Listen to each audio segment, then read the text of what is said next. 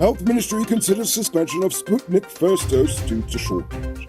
Fire burns down part of masjid. Man remanded for harboring gold heist bandit. And Guyana will still have to import heavy fuel oil for gas plant.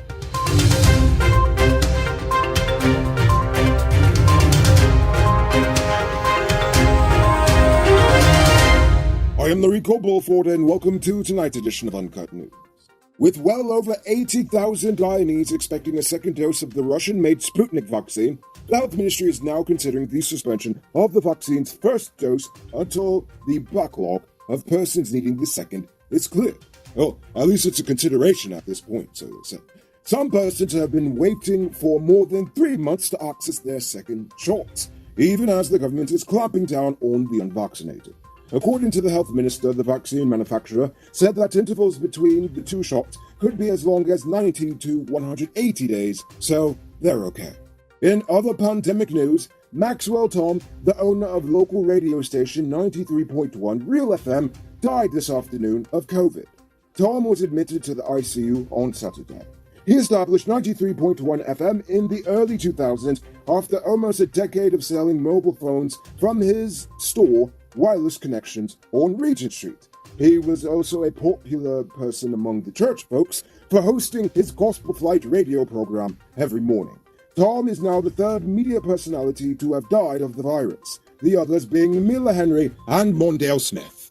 Exxon has already extracted some US $1.3 billion worth of crude oil for the first half of this year.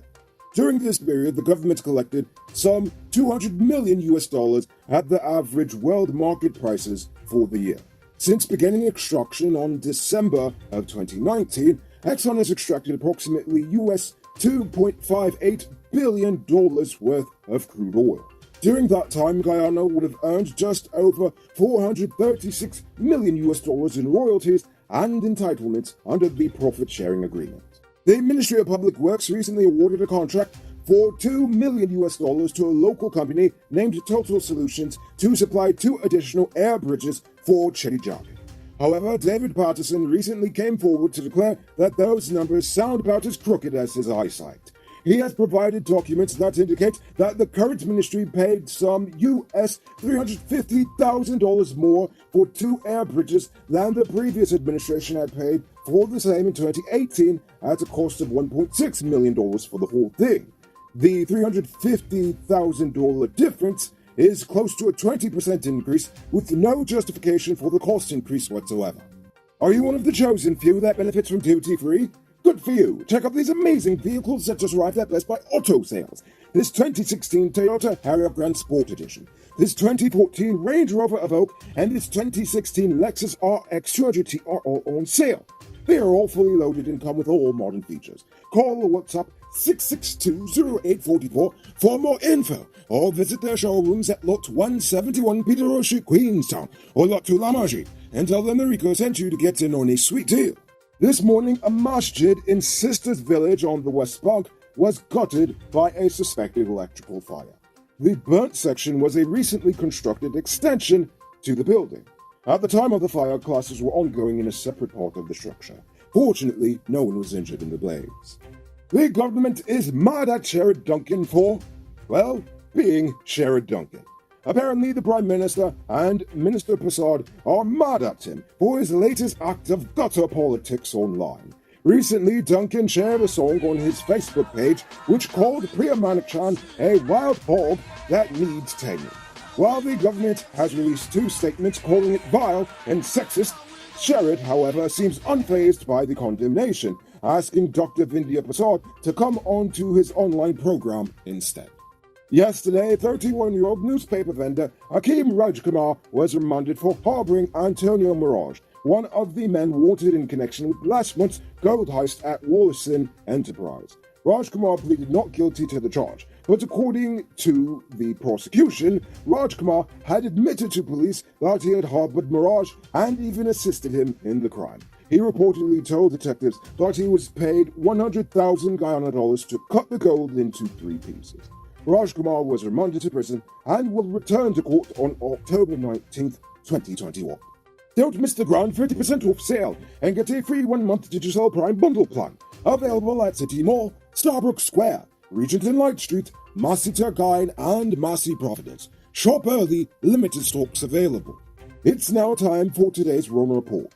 Today, the nation recorded 135 new cases. There are now 692 persons dead, 31 in the ICU, 2,841 in home isolation. The total number of confirmed cases around the nation now stands at 28,234. So please, people, wash your hands frequently. Avoid touching your nose and mouth and mask up before you leave the house. When you do leave home, try to avoid enclosed spaces and large crowds. And remember to give 6 feet of space between you and others. 25-year-old ministry driver Lakram Monedat was arrested and placed on $100,000 bail for felonious wounding committed against Nielsen Singh. Monedat appeared at Albion Magistrate Court and he was not required to plead to the charge. He will be back in court September 28th. Today, the Ministry of Education announced that it will solely manage the benefits for teachers, removing the GTU as a partner in the process. In 2018, the two sides agreed that the GTU would identify eligible teachers for scholarships and duty-free concessions. However, the Education Ministry said it will take over the process, claiming that the GTU has been using it to punish teachers who do not support its ongoing protest. The Education Ministry said it has received complaints and reports from serving teachers regarding how the benefits are allocated and not allocated, with some saying they've been victimized for whatever reason. The GTU has since denied the claims, but they have yet to respond to the revocation of their rights when it comes to these benefits. And now for our stupid news of the day. You know what I think is stupid? Despite plans to build a gas power plant, we still will have to increase our nation's consumption of heavy fuel oil. In fact, it will increase several times over GPL's current consumption rates. This is because the media has been downplaying the fact that the plant is actually a dual-fired plant, meaning that it will be designed to use both natural gas and heavy fuel oil. So at this point, we're not even entirely sure just what percentage of this plant's energy will actually come from natural gas and how much from oil. It is even more concerning when you consider that feasibility studies of the plant reveal that nearly all of our existing oil-powered generators can be upgraded to work with natural gas as well. It would also be far more cost-effective and less risky for the nation's power grid.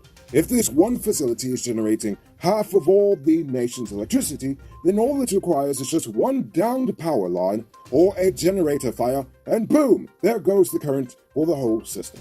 It's even more disappointing seeing as the gas plant is supposed to help us in a transition to renewable energy by 2025. But at this rate, it seems like the land of many waters, and sunlight and wind, will have to wait way longer than that to get the 100% green energy future we want. And if you ask me, that is pretty stupid.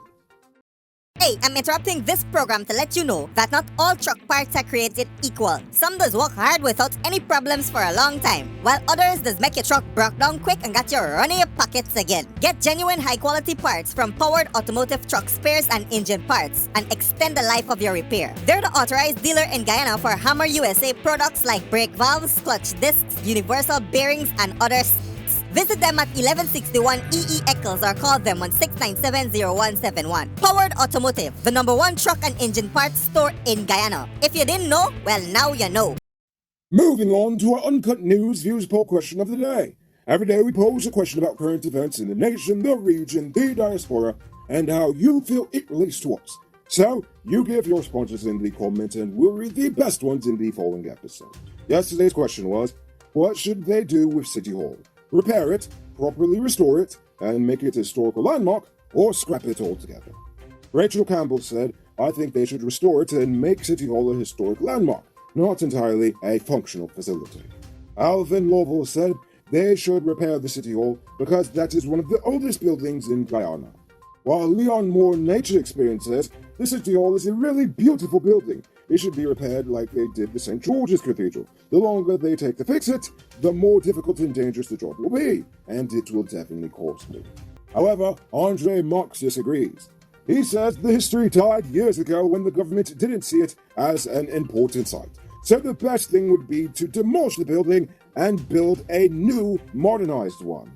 Our Sea View forum seems to agree with Andre. They say, pull down that nasty old death trap and put the pictures in a museum. Build a state-of-the-art city hall. So, as it stands, either way, nobody wants that building to stay the way as it is.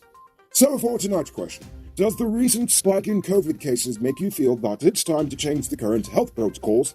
And if so, how? Think about that question and tell us in the comments below. If your response is good enough, we just might feature it in our next episode. Anyway, that's all the time we have for tonight.